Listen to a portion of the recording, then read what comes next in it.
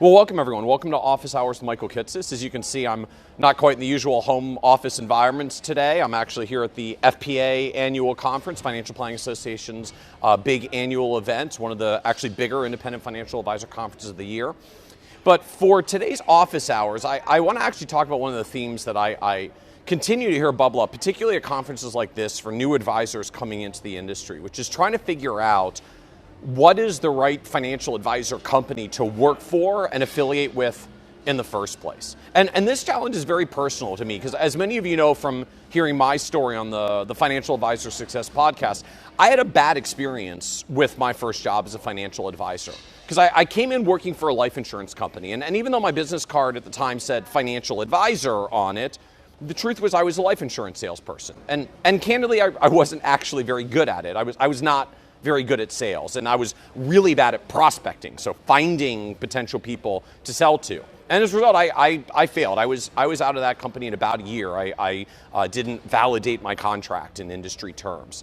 Now, when it became clear to me that I wasn't going to make it, I didn't want to give up. I was fascinated by this world of being a financial planner. I wanted to be a financial planner, but I realized I had to switch firms and join one where I could really be a financial planner and not just a salesperson working on commission, which is particularly how it was back at the time in 2000 when I joined the industry.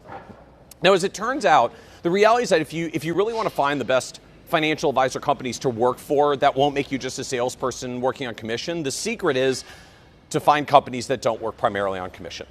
I know that sort of sounds intuitively obvious. If you don't want to work on commission, go to a company that doesn't pay its advisors on commission. But the real reason actually why this matters is much more nuanced.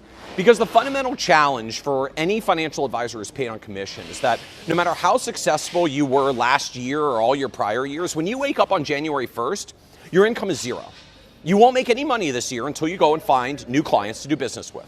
Now, to be fair, commission-based advisors usually have at least a small amount of commission trails from prior years, so income is usually quite, literally zero. But the point remains, almost all of your income for the year as a commission-based advisor comes from the new clients you get this year. And here's why that matters. Because it means commission-based advisors generally can't afford to reinvest and create entry-level financial planning jobs to serve their existing clients. Because it's terrifying as a financial advisor to hire and commit to staff and their ongoing salaries when you wake up every January 1st with zero income. So what happens instead? The firm says, sure, we'll give you a job as a financial advisor. You can use our platform to go get clients. Which is really just a nuanced way of saying, although we don't actually have any financial planning jobs here, all we have is positions for salespeople who want to go get their clients to sell to, because the firm can't actually afford to hire financial planning staff. All they can afford to do is hire salespeople that bring in more clients because that's what generates the new revenue. And what that means is it's really not a financial advisor job, it's a sales job. Now, by contrast, when advisory firms work for fees, or really any kind of recurring revenue, that could be actually just levelized commissions like C shares paying 12B1 fees, or that could be generating assets under management, AUM fees, or that could be ongoing retainer fees. Once the firm has acquired clients on a recurring revenue model, as long as those people stay clients, they continue to pay as clients, which means an advisory firm owner who operates a recurring revenue model, when that person wakes up on January 1st, the business has income, often a good chunk of it, and to earn that income for a year, all they need to do is give clients great service, great financial planning advice that makes the clients want to stick around. And what that means is now the firm has a real incentive to hire for real financial planning jobs, to do real financial planning advice for clients. Because the firm doesn't necessarily need salespeople selling products or services to bring in revenue. They simply need to service existing clients with financial advice. And that's where the jobs tend to be that are actually focused on financial planning and not sales.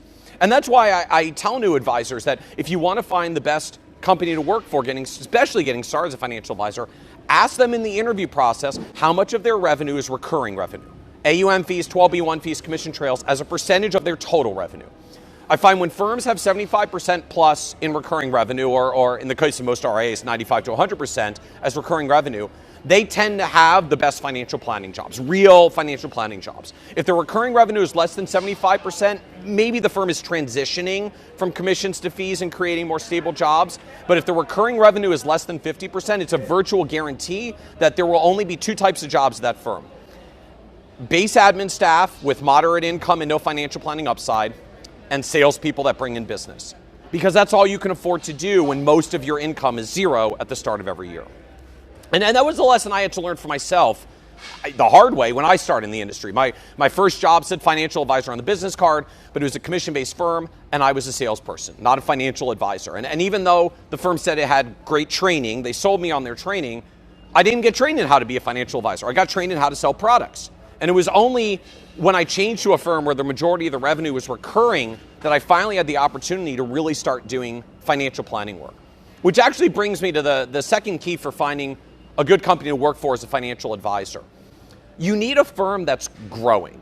At a minimum, a firm that's growing at 10% a year. Ideally, you want one that's growing at 15 to 25% a year. And here's why. The simple math of growth means that a firm that's growing at 15% a year will double its size in about 5 years with compounding.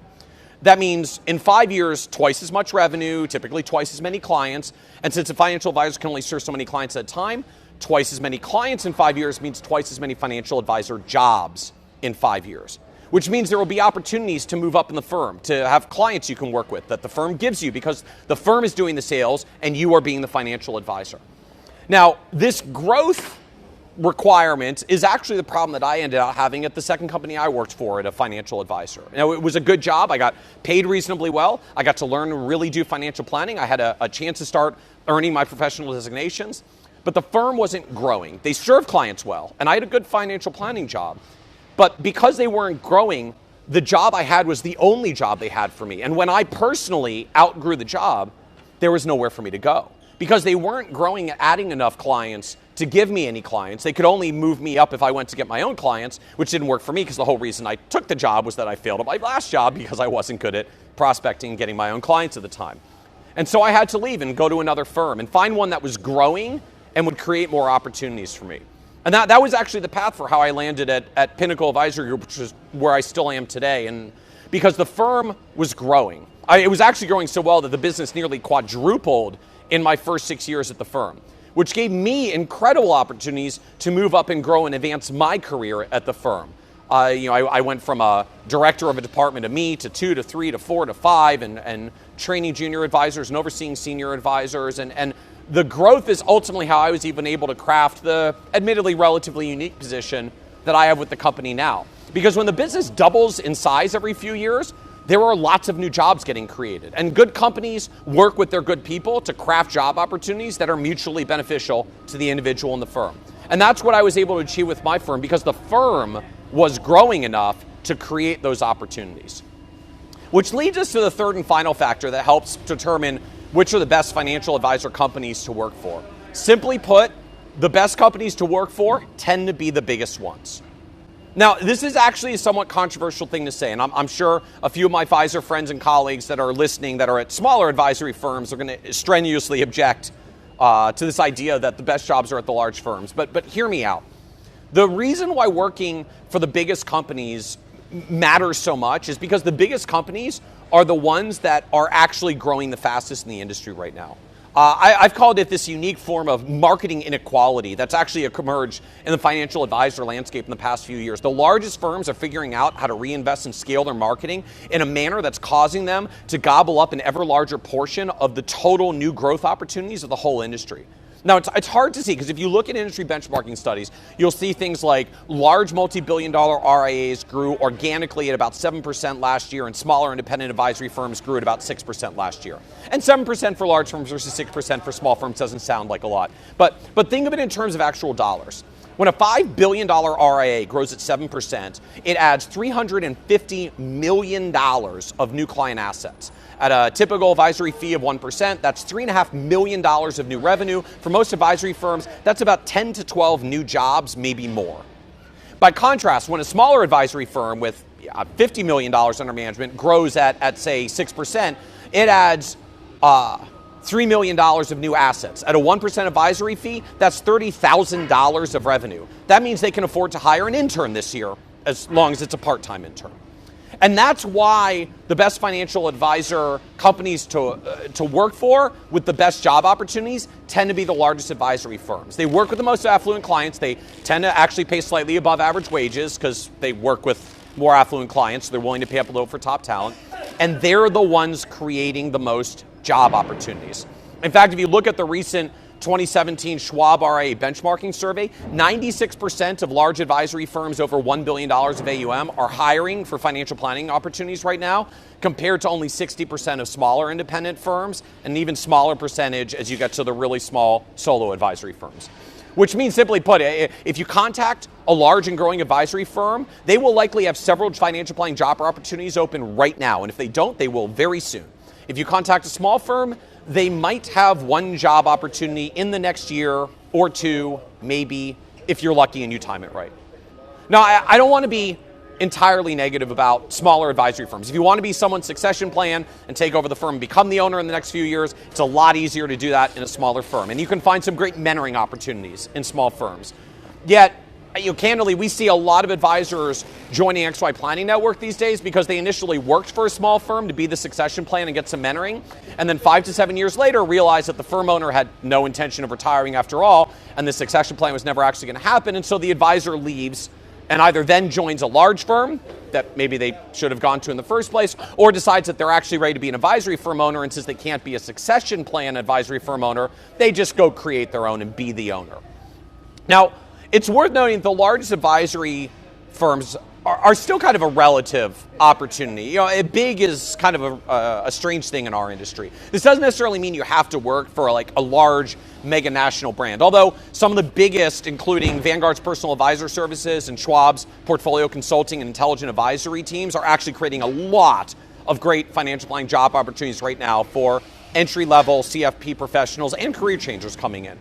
But the biggest firms could be independent RIAs. Large firms in our space like United Capital, Edelman Financial, Wealth Enhancement Group, Colony Group, Savant Capital, Aspiriant, or even a large independent broker-dealer office or a big team at a wirehouse. As long as they're focused on financial planning, have a recurring revenue business model, are growing, the odds are good that you're going to find a pretty good opportunity.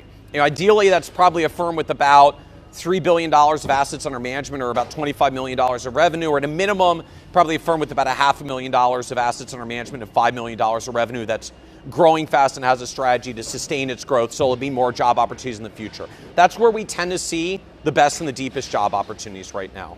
Now, perhaps some of the biggest caveats to this approach is just that more and more advisors are actually figuring out these are the best opportunities to work for. And as a result, what we actually see in our new planner recruiting business is that these jobs tend to be very competitive. The most candidates applying, the most competition. So if you want to get a job at one of the best companies, you better bring your A game to the table in the application process.